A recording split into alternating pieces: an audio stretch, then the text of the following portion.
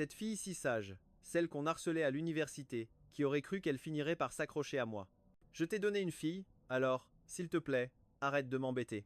Les yeux de Bashnyungbang étaient rougis par les larmes. Sa voix tremblait de chagrin. Moi t'embêter? Il faut des preuves pour accuser les gens, tu sais. À peine ces mots prononcés, je mordis de nouveau sa petite joue ronde. Bashnyungbang se sentit alors encore plus malheureuse. Ses yeux s'embuèrent, un spectacle déchirant. Plus elle était comme ça, et plus une envie irrépressible de la taquiner me prenait. Jour de rentrée à l'université de Trongjiang, sous un soleil de plomb. En plein mois d'août, la chaleur était étouffante. De nombreux étudiants de première année, fraîchement sortis du lycée, exploraient le campus avec curiosité. Sur les chemins, les jeunes partageaient avec joie les anecdotes de leurs vacances entre amis. Et dès qu'une jolie fille ou une seigneur passait, le volume de leur conversation montait soudainement de plusieurs crans.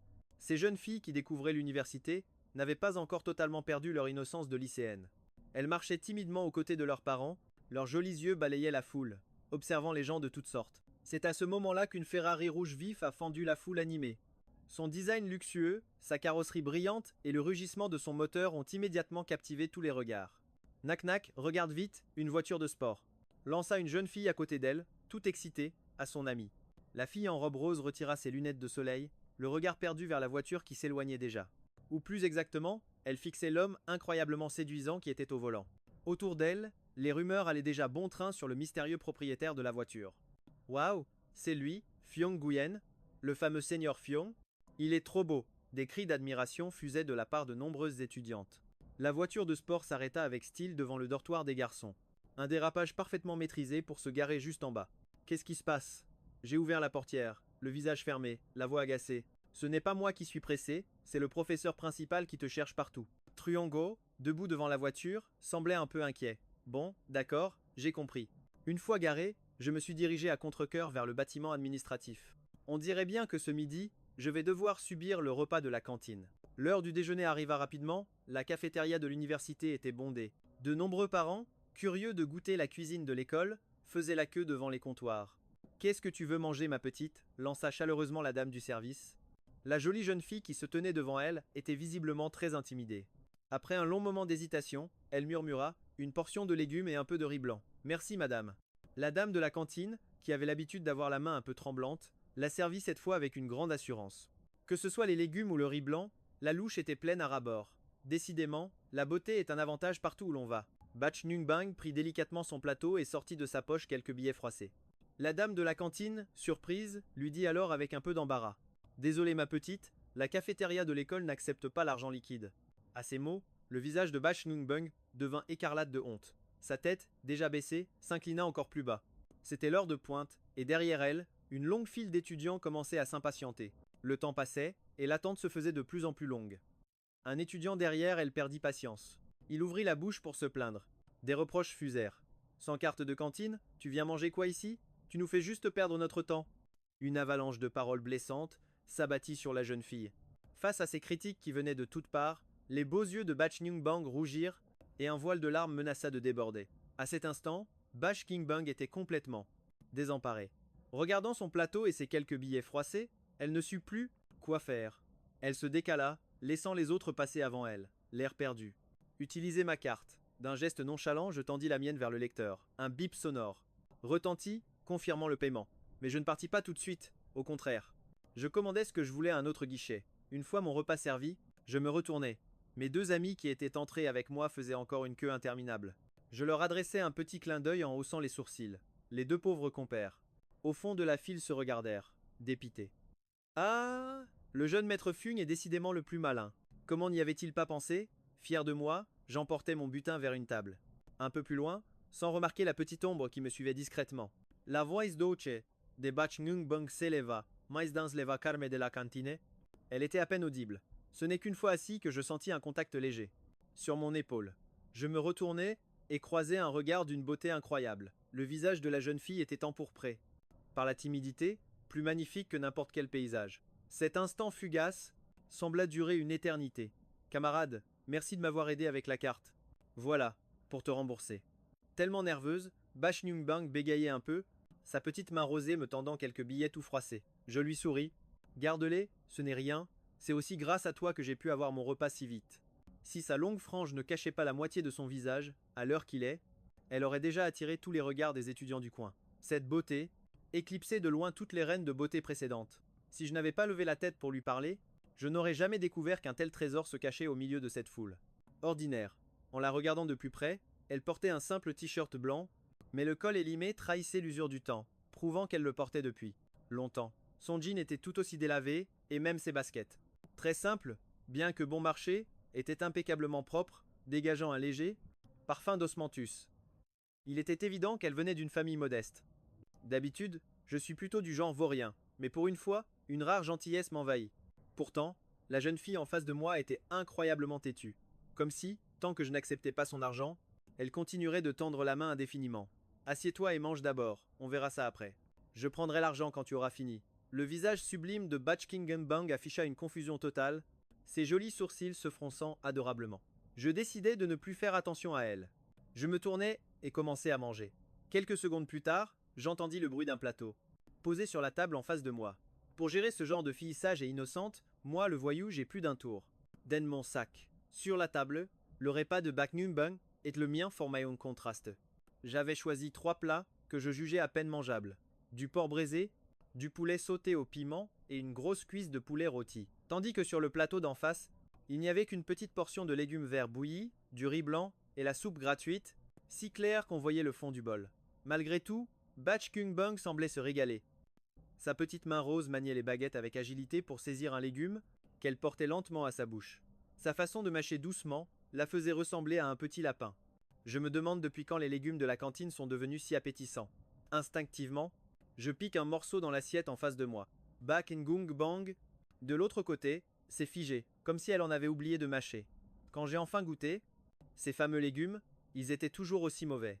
Je ne comprends vraiment pas comment elle arrive à avaler ça. J'ai eu un mal fou à finir ma bouchée. En relevant la tête, je vois la jeune fille d'en face qui me fixe, complètement abasourdie. Loin d'être gênée, je prends le pilon de poulet de mon plateau et le dépose devant elle. C'est pour toi. Je ne prends jamais rien sans donner en retour. Bachkingenbang, reprenant ses esprits, a vite essayé de me le rendre, mais j'ai retiré mon plateau d'un geste vif. Ce qui est donné est donné. Si tu n'en veux pas, tu peux le jeter. Finalement, Bachkingenbang n'a pas eu le cœur de le jeter. Quand mes 2 meilleurs amis sont arrivés, elle était encore en train de grignoter délicatement le poulet. Incroyable. Comment peut-il y avoir autant de monde pour une nourriture aussi mauvaise? Pesta Truongo en s'asseyant à côté de moi. Si tu avais le cerveau du jeune maître Fuong, tu n'aurais pas à faire la queue. Haobeng allait s'asseoir en face de moi, mais en voyant qu'une fille y était déjà, il s'est vite installé à côté de Truongo. C'est à ce moment que Truongo a réalisé qu'il y avait quelqu'un en face. Il a trouvé ça étrange. Très peu de filles osaient s'asseoir à la même table que frère Fuong. Depuis quand frère Fuong aime ce genre de filles, pensa-t-il, sans voir que l'épaisse frange de la jeune fille cachait la majeure partie de son visage. De plus, elle était penchée sur son repas, ne laissant paraître que l'image d'une fille des plus ordinaires. À cet instant, Bachkingenbang avala sa dernière bouchée, leva la tête et me dit « J'ai fini. J'y vais. Garde l'argent. » Sans doute pressée de partir, elle a relevé la tête un peu trop brusquement, et sa frange a glissé, révélant un visage d'une finesse exquise. Elle a pris son plateau vide et s'est préparée à partir. « Ah, au fait, camarade, je ne connais toujours pas ton nom. » Comme si je venais de m'en souvenir, j'ai demandé, à voix haute, « Bachkingenbang. » Frère Fuong a vraiment l'œil. Cette beauté surpasse Tuang Tan Tan de loin, s'est exclamé Truong Ho, tout excité. Tuang Tan Tan est mon ex-petite amie, et aussi la reine de beauté, de la saison passée. Petit génie, je veux toutes les informations. Sur elle avant demain. Me suis-je tourné vers Haobang? Normalement, les filles, sages comme elles ne m'intéressent absolument pas. Mais cette fois, Bachkingenbang m'a donné l'impression d'être un voyou qui veut enfin rentrer dans le droit chemin. Le soir, chambre 315 du dortoir des filles. Bachkingenbang, après une longue journée, pliait tranquillement ses vêtements. Ses 3 colocataires, déjà devenus très proches, discutaient des bonnes choses qu'elles avaient ramenées de chez elles. Nac-nac-c'est. Le nouveau sac élevé? Ça fait un moment que je le regarde sans oser l'acheter, dit une fille aux cheveux courts. À son ami en robe rose, l'air surexcité. Oh, ce n'est rien de spécial, juste un sac. Si ça te plaît, achète-le, répondit la fille en rose, d'un air détaché. C'est à ce moment-là qu'une odeur forte est parvenue à leurs narines. C'est quoi cette odeur? Ça sent mauvais, lança soudainement la fille en robe rose. Elles se sont toutes tournées vers les mains de Bachkingenbang. En réalité, elles avaient depuis longtemps remarqué cette colocataire dont la beauté était presque trop voyante. Pour être plus à l'aise, Bachkingenbang avait élégamment attaché ses cheveux en chignon, dévoilant une simple coiffure en chignon. C'est ainsi que son véritable visage fut révélé à tous. On remarqua vite qu'elle parlait peu. Même si on engageait la conversation, après quelques mots à peine, elle baissait la tête, fuyant les regards. Ce bocal de légumes marinés était un cadeau de sa grand-mère, préparé avec amour juste avant son départ pour l'université. À cause de la chaleur étouffante, Bak Ngungbang craignait que le contenu ne s'abîme et l'a donc ouvert pour vérifier. Elle était loin de se douter que ce simple geste allait déclencher une situation aussi absurde. Consciente que son geste était déplacé, Bak Ngungbang s'est empressée de refermer le couvercle. L'odeur n'était certes pas des plus agréables, mais pour elle, c'était le plat qu'elle chérissait le plus. Dans sa précipitation, ou peu, être en refermant le bocal un peu trop fort, quelques gouttes du liquide se sont échappées. Et ces gouttes ont atterri sur une magnifique robe de princesse rose. Instantanément, un silence de mort s'est abattu sur la pièce. Tout le monde retenait son souffle. Jusqu'à ce qu'un cri brise le silence. « Tu n'as pas Dieu ou quoi ? C'est ma plus belle robe, je l'avais mise spécialement pour la rentrée. » La jeune fille à la robe rose hurlait de colère, et les quelques taches jaunâtres sur sa robe se voyaient comme le nez au milieu de la figure. Comprenant sa faute, Bak Ngungbang a vite attrapé des mouchoirs sur la table pour essayer d'essuyer la tache. Mais la fille à la robe rose l'a esquivé d'un bond, le visage déformé par le dégoût. Bak Ngungbang était complètement figé, les mains tremblantes, ne sachant plus quoi faire. Reprenant ses esprits, les yeux rougis par l'émotion, elle sortit un vieux portefeuille élimé de sa poche. Elle en sortit tout l'argent et le tendit nerveusement à la jeune fille. « Je ne l'ai pas fait exprès, je vais tout te rembourser. Pardonne-moi. » Même si elle n'avait jamais vu une robe aussi sublime, Bak Ngungbang savait qu'elle devait coûter une fortune. Et cet argent, c'était toutes ses économies pour la rentrée universitaire. C'était même de quoi vivre pour les 2 ou 3 prochains mois. Tu crois pouvoir t'en sortir avec de l'argent? Espèce de pequenaude, c'est une création unique. Tauton parlante, elle arracha les billets des maïs de Bak Ngungbang et les jeta par terre. Le geste fut si brutal que Bak Ngungbang perdit l'équilibre, laissant tomber l'autre bocal qu'elle tenait. Le bocal s'écrasa sur le sol, projetant son contenu partout et provoquant des cris de surprise. Mais Bak Ngungbang resta là, comme pétrifié, fixant silencieusement le désastre à ses pieds. Un flot de larmes inonda alors ses yeux, tel un barrage qui cède. Une à une, les larmes silencieuses de Bak Ngungbang tombaient et s'écrasaient sur le carrelage. Un instant plus tard, elle essuya son visage et commença à nettoyer le sol en silence. C'est alors qu'une de ses colocataires, au grand cœur, ne put se contenir et intervint. « Ça va comme ça, Nak-Nak. Une si petite tache, ça partira facilement au lavage. » Avant que la fille en rose ne puisse répondre, la porte du dortoir s'ouvrit brusquement. Quel vacarme, on vous entend depuis le couloir. En découvrant le chaos ambiant, Tuong Tan Tan, qui venait d'entrer, se figea sur place. Mais qu'est-ce qu'il se passe ici? J'ai l'impression d'arriver sur une scène de crime. Toutes les filles dans la pièce dévisageaient la nouvelle arrivante aux cheveux de feu. Une seigneur. Tuong Tan Tan portait un ensemble Louis Vuitton fait sur mesure. Sa grande taille d'1,70 m ne faisait que renforcer son aura noble et inaccessible. C'était une véritable star sur le forum de l'université, beaucoup l'avaient reconnue sur le champ. Les 3 filles en face d'elle étaient, il est vrai, plutôt mignonnes. Mais selon les standards de Tuong Tan Tan, elles atteignaient à peine la note de 85. Ce n'est qu'en baissant le regard qu'elle remarqua une jeune fille accroupie, en train de ramasser les débris au sol. Ce doit être elle, songea Tuong Tan Tan. Quelqu'un peut me dire ce qui s'est passé ici? Que s'est-il passé ici? Face à l'aura écrasante de Tuong Tan Tan, les nouvelles étudiantes semblaient complètement désemparées. Après un silence pesant, une des colocataires a finalement raconté toute l'histoire. En entendant cela, Tuong Tan Tan leva les yeux au ciel, impuissante. Ce type avait encore tout deviné. Elle sortit une liasse de billets de sa poche, la posa sur la table, puis se tourna vers la fille en robe rose. Il y a de quoi t'acheter 2 robes là-dedans. Maintenant, présente-lui tes excuses, et tout de suite. Face au regard glacial de Tuong Tan Tan, cette femme couverte de marques de luxe, avec son visage parfait et ses cheveux roux flamboyants, fit instantanément perdre toute son assurance à la fille en robe rose. Plus belle et plus riche qu'elle, comment pouvait-elle encore se montrer arrogante? Finalement, elle se tourna vers Bak Ngungbang, qui ramassait des cornichons par terre, et murmura « Désolé ». Tuong Tan Tan n'en dit pas plus. Après tout, c'était une affaire interne à leur dortoir, et elle ne voulait pas trop s'en mêler. Elle craignait surtout que Bak Ngungbang ne se fasse harceler à nouveau. Elle s'accroupit pour observer avec curiosité la jeune fille devant elle. « Salut, je m'appelle Tuong Tan Tan. » Bak Ngungbang avait déjà remarqué cette magnifique jeune femme. Quand elle avait sorti l'argent, Bak Ngungbang avait voulu l'arrêter. Mais un simple regard de Tuong Tan Tan l'avait cloué sur place. « Bonjour, Seigneur, je suis Bak Ngungbang. Je ferai de mon mieux pour vous rembourser au plus vite. » La jeune fille était si émue que sa voix était encore brisée par les sanglots. « Ne te presse pas pour ça. Et ce n'est pas grave si tu ne me rembourses pas. Qu'est-ce que c'est que ça ?» Tuong Tan Tan demanda, intrigué par les cornichons que Bak Ngungbang venait de remettre dans son sac. Ayant grandi en ville, Tuong Tan Tan n'avait jamais rien vu de tel. « Ce sont des cornichons que ma grand-mère a préparés pour moi, répondit doucement Bak Ngungbang. Avant même qu'elle ait fini sa phrase, la curieuse en avait déjà pris un morceau pour le goûter. Bach Nungbang n'eut pas le temps de l'arrêter. Elle tapa du pied, anxieuse, la suppliant de le recracher. Cette adorable et innocente junior était vraiment trop mignonne aux yeux de Tuang Tan Tan. C'est bon, je te taquine. Ne pleure plus. Tu ne seras plus aussi jolie si tu continues de pleurer. Pendant ce temps, sur le campus de l'université de Trungjiang, se trouvait un modeste stand de grillades dans une rue animée. Je t'ai rendu un fier service aujourd'hui, et c'est tout ce que tu m'offres à manger? La voix espiègle de Tuang Tan Tan retentit. Allons, grande sœur, il n'y a que nous deux ici, pas la peine de jouer la comédie. Je regardais la femme à côté de moi, impassible. Tu n'étais pas si snob quand tu me courais après, à l'époque? Une pointe de rancœur perçait dans ma voix. Comment oses-tu encore parler de ça? Je pris une gorgée de bière, agacé par cette comédienne, mais je devais admettre une chose. Tu as vraiment l'œil pour dénicher les talents. La reine de l'université de Trungjiang pour les 4 prochaines années, personne ne pourra la détrôner. Nous avons continué à discuter tout en mangeant nos brochettes. Pour les nouveaux de première année, leur véritable enfer était sur le point de commencer. Mais je n'aurais pas la chance d'assister à ce spectacle.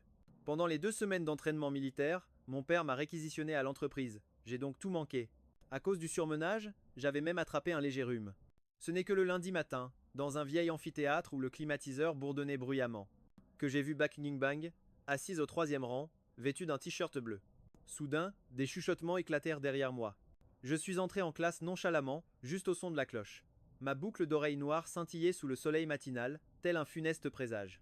Dans ma main, un livre de maths avancé, si neuf qu'il semblait pouvoir fendre l'air.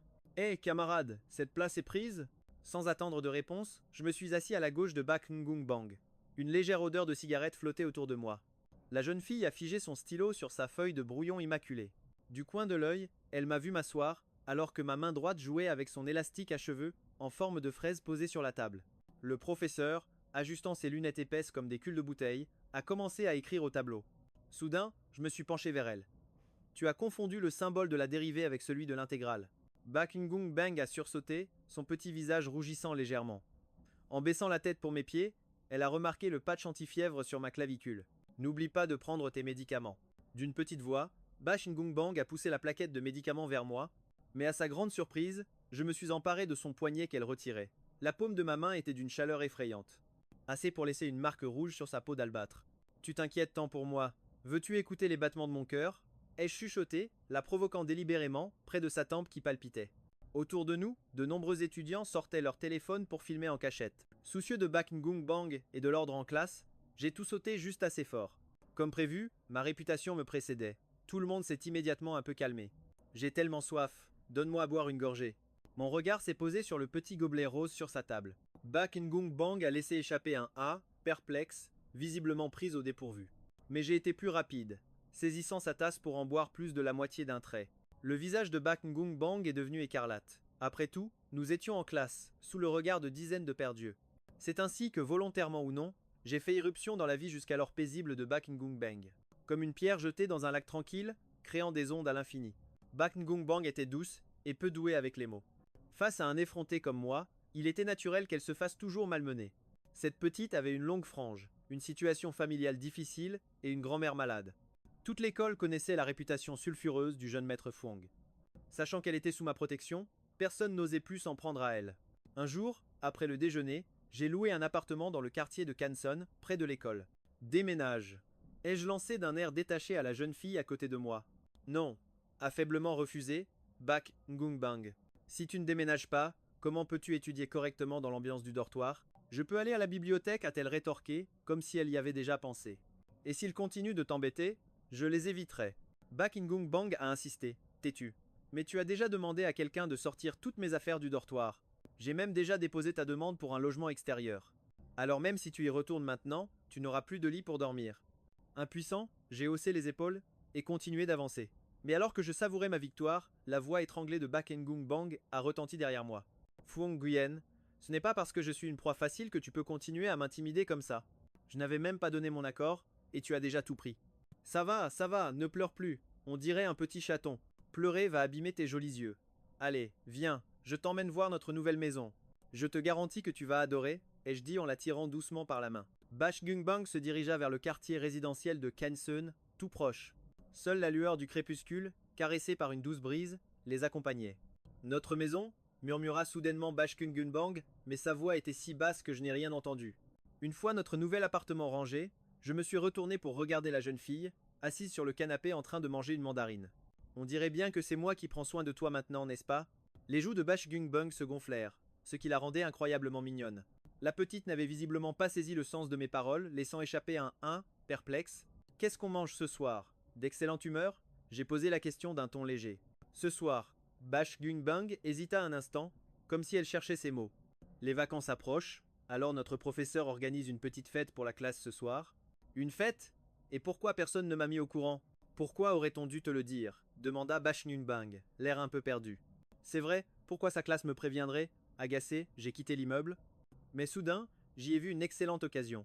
J'ai attrapé mon téléphone et j'ai commencé à passer des appels. Un filet invisible se mettait lentement en place. Le soir venu, excité, je me suis garé au pied du bâtiment universitaire. J'attendais que Bashgungbang sorte. Peu après, elle est descendue, emmitouflée dans un épais manteau. D'habitude, elle ne se maquille jamais. Alors pourquoi a-t-elle mis autant de temps aujourd'hui? En voyant la personne juste derrière elle, j'ai tout compris. Qu'est-ce que tu fais à la suivre? J'ai posé la question d'un ton faussement courtois. C'est plutôt à moi de te demander ce que tu fais là. Répondit Tung Tang Tang en fronçant les sourcils. Montez, j'hésite à Bashgungbang. Elle a jeté un regard hésitant vers Tuang Tan Tan qui se tenait à côté. C'est alors que Tuang Tan Tan s'est approché de moi, a ouvert la portière, m'a tiré dehors, puis a fait signe à Bashgungbang. Fins Ngungbang. C'est moi qui te conduis. Tard dans la nuit, à un stand de nourriture de rue, les étudiants de deuxième année de littérature occupaient toute une rangée de tables. Comparé à un salon privé d'hôtel, l'ambiance ici était bien plus vivante et authentique. Il ne m'a pas fallu longtemps pour m'intégrer, et bientôt, tout le monde m'appelait familièrement frère. Personne n'aurait pu imaginer que le jeune maître Fyung, si redouté à l'école, puisse être aussi accessible. Du côté des garçons, j'ai lancé. Notre Gungbang est un peu timide, alors soyez sympas avec elle, les amis. Puisque c'est frère Fyung qui le demande, on est là pour toi. L'ambiance est devenue aussitôt très animée. Puis, en me tournant vers les filles, je suis venu à l'improviste, je n'ai pas eu le temps de vous apporter de cadeaux. Je me rattraperai la prochaine fois. Ma petite Ngungbang n'est pas très bavarde, j'espère que vous serez compréhensive. Voici mon numéro. Si vous avez besoin de quoi que ce soit, n'hésitez pas à m'appeler. Compte sur nous, jeune maître Fyung. On n'hésitera pas à t'appeler s'il y a quoi que ce soit. Grâce à moi, l'atmosphère de la soirée est rapidement devenue électrique. Bashgungbang, peu sociable, restait assise dans son coin, l'air absent, grignotant une brochette de temps en temps. Chaque fois qu'elle m'entendait prononcer son nom, ses joues se teintaient de rouge. Tuang Tan Tan observait cet homme au milieu de la foule, aussi à l'aise qu'un poisson dans l'eau. Puis, en regardant Bashgungbang perdu dans ses pensées, elle a ressenti une pointe de jalousie. Les plus perspicaces avaient compris que j'étais en train de lui préparer le terrain en secret. Je l'aidais à tisser des liens avec ses camarades, mais cette petite idiote ne se rendait compte de rien. Après plusieurs verres, j'ai laissé ma tête tomber lourdement sur la table, feignant d'être ivre. Le couvre-feu du dortoir approchant, tout le monde a décidé qu'il était temps de partir. Me voyant dans cet état, quelques garçons bien intentionnés m'ont soutenu jusqu'à Bashgungbang. Tuang Tan Tan, qui n'était pas loin, a vu la scène et s'apprêtait à venir m'aider. Mais mon regard l'a glacée sur place, la forçant à retirer sa main. Elle ne put que me lancer un regard impuissant avant de dire au revoir à Bashgungbang et de tourner les talons. Finalement, il ne restait plus que Bashgungbang seul pour me soutenir. Dépêche-toi, le dortoir va bientôt fermer. La panique dans la voix de Bashgungbang était si forte qu'elle semblait au bord des larmes. Mais je restais là, immobile comme une statue. C'était la seule solution. Si je la laissais partir maintenant, tous mes efforts seraient réduits à néant. Je devais donc continuer ma comédie, feindre l'ivresse la plus totale. La pauvre fille avait beau me tirer de toutes ses forces, je ne bougeais pas d'un pouce. About the solutions, Bashgungbang se pencha, prêté à me porter sur son dos. C'est alors que je saisis soudainement sa petite main. J'ai un peu soif. Tu peux aller m'acheter une bouteille d'eau? Fais vite, d'accord? On boira en rentrant. D'accord? Protesta faiblement Bashgungbang. Avant même qu'elle ait pu finir sa phrase, je me laissai tomber de tout mon long sur un banc public. Alors que je m'étonnais de son silence, j'entendis soudain ses sanglots étouffés. Ça va, ne pleure plus. De toute façon, le dortoir est sûrement déjà fermé à cette heure, dis-je en élant un taxi. Puis j'attrapai sa main et la fis monter avec moi. Où est-ce qu'on va? Demanda-t-elle, complètement perdue. Tu verras bien quand on sera arrivé. Je fis semblant d'être encore étourdi, sans donner plus d'explications. Arrivé devant un hôtel, j'y entrai en titubant. La tension était telle que Bashgungbang s'agrippa au pan de ma chemise. Elle était être un peu naïve, mais pas complètement idiote. Devant la porte de la chambre, elle refusa catégoriquement d'entrer. Tu n'entres pas? Alors tu comptes dormir où cette nuit? Entre mes menaces et ma persuasion, le visage de Bashgungbang, rouge pivoine, finit par me suivre dans la chambre. Va prendre une douche. Tu sens la grillade et la bière, dis-je en désignant la salle de bain. Perplexe, Batch Kung Bung se renifla et constata qu'en effet, une odeur se dégageait d'elle. Alors que je m'imaginais déjà la scène d'une beauté sortant de la douche. Batch Kung Bang réapparut, vêtue exactement des mêmes habits. Il fallait s'y attendre, cette petite était encore très pudique. J'étais toujours allongé sur le lit. Les beaux yeux de Batch Kung Bang me fixèrent avec suspicion. Pourquoi tu n'es pas encore parti? Où veux-tu que j'aille? Le dortoir est fermé, répondis-je le plus sérieusement du monde. Son regard se posa sur le grand lit derrière moi, et son petit visage s'empourpra instantanément. Un instant plus tard, la jeune fille prit une couverture sur le lit. Devinant sa véritable intention, je saisis son poignet et d'un geste vif, je la tirai de force dans mes bras. Qu'est-ce que tu fais? Sa voix fluette résonna, pleine de surprise. À ton avis, qu'est-ce que je fais? Sans un mot de plus, je la poussai sur le lit, l'emprisonnant sous mon corps. Je t'en prie. Le reste de la nuit se perdit dans le silence. Et à partir de cet instant, une paix surprenante s'installa dans notre quotidien. Mon arrivée a brisé la routine monotone de la vie des Bar Ngungbang. Grâce à mes soins, son visage autrefois si maigre a commencé à s'arrondir. Puis un jour, durant le second semestre de ma deuxième année d'université, tout a changé. Combien? Demandai-je calmement à mes parents, assis en face de moi. Mon père, la tête basse, garda un silence lourd de sens. Ma mère, elle, leva les yeux sur son fils, étrangement calme, et tendit lentement un doigt. C'est bon, j'ai compris. La maison familiale, la voiture, tout a été hypothéqué. Mais même cela n'a pas suffi à combler cette dette abyssale. Au volant de ma voiture de sport, j'ai erré sans but dans les rues de la ville. Ce n'est qu'au crépuscule que j'ai finalement repris le chemin du quartier de Kansun, le cœur lourd. Dans la cuisine, Batch Ngungbang venait de terminer le dîner. Son visage s'illumina de joie en me voyant rentrer. Fièrement, elle a posé devant moi le plat qu'elle avait passé tout l'après-midi à préparer. Bientôt, je n'aurai plus d'argent. Je ne pense pas pouvoir continuer à m'occuper de toi. Tel un petit lapin innocent, elle a simplement répondu « Je suis facile à nourrir, tu sais. Je ne mange presque rien. » D'accord. Remarquant mon attitude étrange, comme si elle avait soudain compris quelque chose, Batch Ngung Bang s'est empressé de se justifier. Je sais. Je lui ai souri comme d'habitude, en lui caressant les cheveux. Quelque chose ne va pas? S'est-elle inquiétée, sortant de sa poche une carte bancaire. C'est l'argent que tu me donnes tous les jours. Je n'en ai pas utilisé. 1 centime, et il y a aussi ce que j'ai gagné avec mes petits boulots. Prends-le, s'il te plaît. La jeune fille insistait, voulant absolument glisser la carte dans ma main. En la regardant, si fine entre mes doigts, mes yeux se sont embués. Le lendemain matin, Batch Ngungbang s'est réveillée en sursaut, son oreiller trempé de larmes. D'habitude si sereine dans ses rêves, elle venait de faire un terrible cauchemar. Elle y marchait seule dans une nuit d'encre, sans jamais trouver la sortie. Alors qu'elle désespérait, elle m'a aperçu au loin. Je lui ai pris la main. Et nous avons avancé lentement. Mais soudain, je me suis volatilisé, fixant sa Menvide, Batch Ngungbang, à murmurer une voix brisée. Fung Winne, m'abandonne pas, d'accord? À son réveil, les jolis yeux de Batch Ngungbang étaient rougis. La jeune fille a balayé la chambre du regard, paniquée, mais ne m'a pas vu. L'angoisse est montée d'un cran. Elle a fouillé toute la maison, sans trouver la moindre trace de moi. Mon téléphone était éteint. Dans son affolement, elle a découvert près d'eux mon chevet, une lettre et 2 cartes bancaires. L'une était celle qu'elle avait tenté de me donner la veille, l'autre, celle que je lui laissais, l'argent qu'elle contenait lui permettrait de vivre confortablement pendant longtemps. Après avoir lu la lettre, les larmes de Batch Ngungbang ont coulé en silence. Voilant son si beau regard d'un brouillard de chagrin, la gorge nouée par l'émotion. N'en pouvant plus, la jeune fille s'est effondrée. Sur le sol, secouée de sanglots. 3 ans ont passé. Pour rembourser mes dettes, j'ai accepté tous les boulots possibles. Pour l'argent, j'ai fini par devenir insensible à tout. Les épreuves du temps avaient fini par user le jeune homme que j'étais. Ce n'est que bien plus tard que j'ai appris qu'après mon départ, Batch Ngungbang avait abandonné la littérature pour se consacrer à la danse. Son visage n'était plus caché par une longue frange, mais dévoilait un front parfaitement dégagé. Pour moi, elle avait relevé la tête, devenant audacieuse, et n'avait plus aucune trace de timidité. Après son diplôme, grâce à son talent et à son travail acharné, mais aussi à sa beauté saisissante, elle est devenue en 6 mois une danseuse étoile, acclamée dans tout le pays. Tu es de retour? Oui, je suis enfin revenu. Sais-tu à quel point elle a souffert en te cherchant toutes ces années? J'ai vidé ma bière d'un trait. Je sais que je lui ai fait du mal. Si tu le sais, alors tu n'as qu'à le lui dire en face quand elle arrivera. A ricané Tuong Tan Tan. J'allais me lever pour partir, mais une pensée m'a traversé l'esprit et j'ai secoué la tête. Peu après, dans l'embrasure de la porte, la silhouette de Batch Ngungbang est apparue, fatiguée par son voyage. Sais-tu depuis combien de temps? Je te cherche? Les yeux de Batch Ngungbang étaient rouges, sa voix tremblait d'émotion. Moi, d'habitude si sûr de moi, je n'osais plus affronter son regard si doux.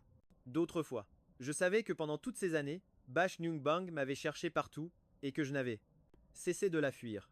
Ce n'est qu'une fois mes dettes remboursées que j'ai osé réapparaître. Devant elle, voyant mon silence, Bax nung bang masaisi la main, m'entraînant.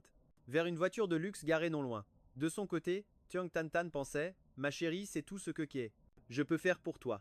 Finissant son verre, elle s'est levée et est partie. Batch Ngung Bang, écoute-moi, ce n'est vraiment pas une bonne idée. Ai-je faiblement protesté. Ah oui, et quand tu m'as piégé à l'hôtel, c'était une bonne idée peu, être. À bord de la voiture de luxe, alors que nous nous éloignions, le paysage défilait à toute vitesse. Le tumulte de la ville défilait. Assis côté passager, une sérénité étrange s'empara soudainement de moi. Ce parfum familier de fleurs d'osmanthus émanant d'elle. À cet instant, je sentis que plus rien d'autre au monde n'avait d'importance. La voiture s'immobilisa devant un complexe résidentiel de luxe. En descendant, Bash Nyung Bung jeta les clés au gardien qui se tenait non loin. Ce dernier les réceptionna avec respect avant de conduire la voiture au parking. Je n'ai pas demandé où elle m'emmenait, je me contentais de la suivre en silence. C'était un retour en arrière, comme à l'époque où cette petite fille me suivait partout. Lorsqu'elle s'arrêta devant une porte, Bash Nyung Bung sortit ses clés et l'ouvrit. Un appartement de plus de 200 mètres carrés en plein cœur de la ville, ça devait me coûter une fortune. À peine le seuil franchi, elle se retourna, un doigt sur les lèvres pour m'intimer le silence. La petite dort, soyons discrets pour ne pas la réveiller. À ces mots, mon cœur se serra. C'était une mauvaise idée. Je ferais peu, être mieux de rentrer. Il est tard. Pour débarquer chez quelqu'un comme ça, surtout que tu as un enfant. Et si jamais son mari était là? Alors qu'elle allait me tendre des chaussons, Batch Nyung Bang leva la tête et croisa mon regard affolé. À cet instant précis, la roue du destin se mit à tourner. Batch Nyung Bang me prit par la main et m'entraîna à l'intérieur, jusque dans sa chambre. La pièce était impeccable, la décoration chaleureuse. Un léger parfum de fleurs d'osmanthus flottait dans l'air, le même que celui qui émanait d'elle. Elle me laissa seule dans la chambre, prit une nuisette dans l'armoire et disparut dans la salle de bain. Peu après, le bruit de l'eau se fit entendre. J'étais assis sur le bord du lit, comme sur des charbons ardents. Batch Nyung Bung sortit de la salle de bain, vêtu d'une simple nuisette diaphane. Le parfum familier d'osmanthus envahit aussitôt mes narines. Une chaleur intense monta du plus profond de mon être. Je pris une grande inspiration, luttant pour réprimer le désir qui déferlait en moi. Mais à ce moment précis, Batch Nyung Bung, ignorant le danger, s'approcha de moi. La jeune femme passa ses bras autour de mon cou et, avec une audace folle, s'assit sur mes genoux. Le cœur de Batch Nyung Bung, lui aussi, battait la chamade. C'était la première fois qu'elle osait un geste aussi téméraire. Tu veux voir ta fille? Alors tu n'as pas le droit de me refuser. La douce jeune fille d'autrefois se montrait soudain incroyablement autoritaire. Ma fille? Mon esprit devint complètement vide. Explique-toi. Un peu mieux. Je n'eus pas le temps de finir, ses lèvres avaient déjà scellé les miennes. Son baiser était un peu maladroit. Ses petites mains rosées ne savaient où se poser. Avec justesse, je passai mes bras autour de sa taille, comme autrefois, et ma main droite glissa instinctivement le long de ses hanches fines, se faufilant sous sa nuisette. Le reste de la nuit se passa de mots. Au matin, je m'étirai, me sentant merveilleusement bien. Cela faisait une éternité que je n'avais pas aussi bien dormi. En ouvrant les yeux, je vis une petite fille, de 3 ou 4 ans, qui me fixait intensément de ses grands yeux. Son regard, son visage, c'était le portrait craché de Batch Nyung Bung. C'était donc elle, ma fille. Une émotion indescriptible me submergea, je ne savais plus quoi dire. Heureusement, la voix de Batch Nyung Bung retentit depuis le salon. Han, va réveiller papa pour le petit déjeuner. Papa, debout, c'est l'heure de manger. Sa petite voix était douce, mais encore empreinte de timidité. Je pris sa petite main potelée, et ensemble, nous sommes sortis de la chambre. La petite semblait un peu craintive, tout comme sa mère. Je faisais un pas, elle me suivait d'un pas. Dans le salon, Batch Nyung Bung avait déjà tout préparé. L'atmosphère à table était légèrement tendue. La petite mangeait avec application, une cuillerée après l'autre. Tout en la servant, Batch Nyung Bung ne me quittait pas du regard, ses yeux pétillants d'une lueur intense. Alors que la gêne me submergeait, au point de ne plus savoir où me mettre, une voix douce s'éleva d'en face. Papa restera pour toujours. Tu seras toujours là pour maman et moi, n'est-ce pas? À ces mots, j'ai senti mon cœur se serrer. Les larmes me montaient aux yeux, mais d'une voix que je voulais la plus ferme possible, j'ai affirmé. Papa sera toujours là pour vous. Au théâtre de Tenin, je tenais ma petite fille toute ronde sur mes genoux, face à la scène. Phuong Han, pleine d'excitation, me demanda Papa, maman entre en scène quand? Bientôt, mon trésor. Elle va arriver d'une minute à l'autre. Dès qu'on la verra, on l'encouragera de toutes nos forces, d'accord? En disant cela, je déposai un baiser sonore sur sa petite joue rebondie. Quand les projecteurs se sont allumés, la jeune femme autrefois timide et réservée avait disparu, laissant place à une artiste confiante sur scène, la tête haute, sans la moindre peur. Sa voix cristalline résonnait dans tout le théâtre. Emporté par le récit, le public vivait chaque moment avec une intensité palpable. Lorsque la musique s'acheva, sous un tonnerre d'applaudissements, Bak Nyung-bang et les autres comédiens saluèrent, avant de quitter la scène. À l'instant où nos regards se sont croisés, j'ai vu dans ses yeux une douceur que je ne lui avais jamais connue. Quelle chance! Après toutes ces années et ces détours, nos chemins se croisaient à nouveau.